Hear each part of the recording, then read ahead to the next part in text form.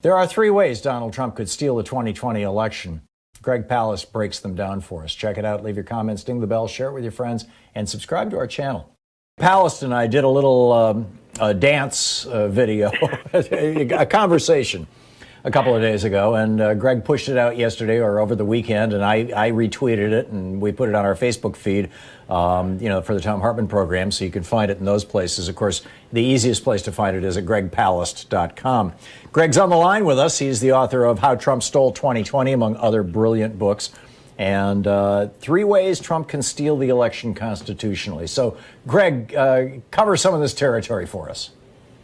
Okay, well, three ways to shoplift this election constitutionally, and by the way, go to gregpalast.com and see Tom and I describe it in detail. There's three ways. Let's start with number 12, though, which is the 12th Amendment. No one gets 270 votes in the Electoral College. We've discussed this. It goes to the 12th Amendment, which means it goes to the House of Representatives. No, Nancy Pelosi does not pick the president out of a sorting hat. It's one state, one vote. Right now, depending on how you count it, it's 26 Republican-controlled delegations and 23 Democrats, one tied. That's one way it can happen. The other is Article 2 of the... And by the way, how does that happen?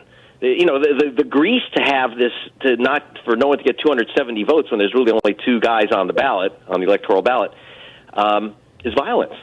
They can... we had the Brooks Brothers riot back in 2000, supposedly or claimed to be directed by Roger Stone. Well, he's back, and now his new group, the Proud Boys, they don't wear Brooks Brothers suits, Tom. In 2000, they went into the Miami-Dade voting office, in the elections office, and they went berserk. They started a riot, and they shut down the vote, at which point the Secretary of State named Katherine Harris, the GOP Secretary of State who's also running the Bush campaign, said, that's over. The count's over, and that was it. And Bush was ahead by 537 votes with 178,000 votes uncounted, Tom. If that happens again, that's how they can take Florida. But if they can't get Trump, have a cutoff point where Trump is still winning, they simply will say, well, there's too many fraudulent votes coming in from Venezuela. And the vote count may be stopped by the Proud Boys. They're not... and they don't use, again, they don't wear Brooks Brothers suits, but we do have photos of them using iron pipes and baseball bats to beat up people of a color they don't like. We've got that on film. And if this can stop the count, people could be terrified and the count could stop, and there's no electoral votes from Florida or, say, Michigan. Now, how does that happen? That's the second method, Tom, which is the Second Amendment, which you flagged for me. And again, the Second Amendment says that the President of the United States is to be picked by electors chosen by, not by the voters. Ready, Tom? As you point out to me, it's only the legislature. There's no right to vote for president in the Constitution. The right to vote for president, choose the electors, is your legislature. And Wisconsin, right, Michigan, Article 2, Florida... not Amendment 2. Yeah, it's Article 2, sorry.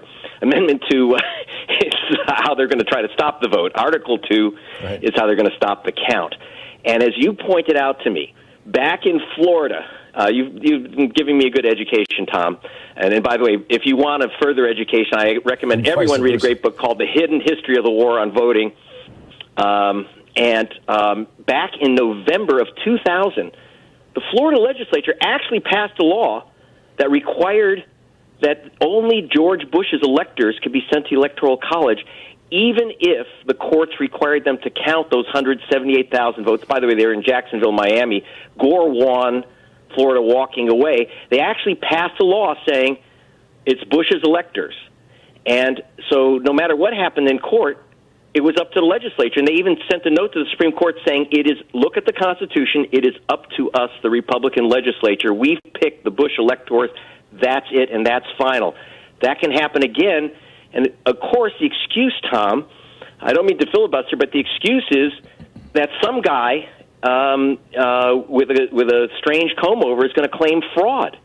And so it will be an excuse for state legislatures, even if Biden is ahead in the vote, to say too many mail-in fraudulent votes. We can't count them on time. Remember, they have to be certified within a few weeks. We can't count them. They're fraudulent. We can't verify them. We're not going to count them. And therefore, the electors will be, as as Trump has suggested, the night of or within a couple of days of the election, whatever the count is then, with Trump probably ahead because of his advantage of increasing voters, the legislatures can pick the president. And, of course, the third way, in case any of this sounds frightening, is something called the Electoral Count Act of 1887. I know that you've recently all reread that, but I'll fill you in. It's a complex law which has never been used, never been tested, and it says what happens if there's competing slates of electors. It goes to the Supreme Court, and so, what is the Electoral Count Act? Well, whatever Amy Covid Barrett says it is. And, we had that, the Supremes picked our president in 2000, and it could be deja vu all over again. So there's the three ways he can steal it constitutionally, but there is a way to prevent it, Tom. And I'll let you say it. Yeah, show up and vote in overwhelming numbers. Greg, this story, I'm frankly increasingly thinking that none of these scenarios are going to play out. Just because it's so looking like a blowout. Now, knock wood, right? I mean, we thought we had this in the bag 4 years ago. But that said, going forward, there is a really great, solid effort if you to go to nationalpopularvote.com, and you can see the website for this. As states, this does not require amending the Constitution, but it does away with the Electoral College by having states, by agreement, if they can get enough states to sign up for this thing to equal 270 electoral votes, each state commits that they will commit all of their electoral votes, because as you point out, Article 2 says the state can tell their electors to vote for anybody they damn well please. Right. So the states will tell their electors to vote for whoever won the national popular vote, thus nationalpopularvote.com. Number one, that does away with the Electoral College. And number two, as I was talking with Pramila Jayapal about last Thursday, isn't it time for us to say that the right to vote, even though that phrase appears, I believe, 3 times in the Constitution, let's see, what, the 13th, 19th, and 27th Amendments? In the amendments, serves me right. In the amendments. That the right to vote, which also appears in the Motor Voter Act in both the black letter law and the preamble, the right to vote is an absolute right. The Supreme Court has not recognized that right, and therefore all these states can get away with suppressing the vote. But if we had a right to vote in law, then before Brian Kemp could remove you from the voting rolls, he would have to go through some sort of due process. He would have to prove to a court that you actually don't live in Georgia anymore. And well, there's also a practical matter. All these shenanigans.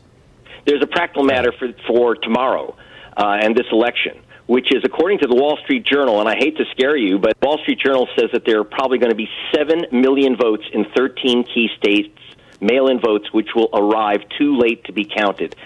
7 million. Now, if there was a right to a vote, they would have to be counted. But you've got these states which are saying, you're SOL, and the Supreme Court has, for the most part, said if it's late, it's late. You're out of luck. 7 million ballots. We're going to have a fight over that. The other, though, is here's a solution. I don't want people to go away in tears. In Michigan, Wisconsin, Minnesota, Iowa, these are swing states, New Hampshire, there is same-day registration. You can walk into the polling station and register there if you're not. And most important, 16 million of you have been purged from the voter rolls.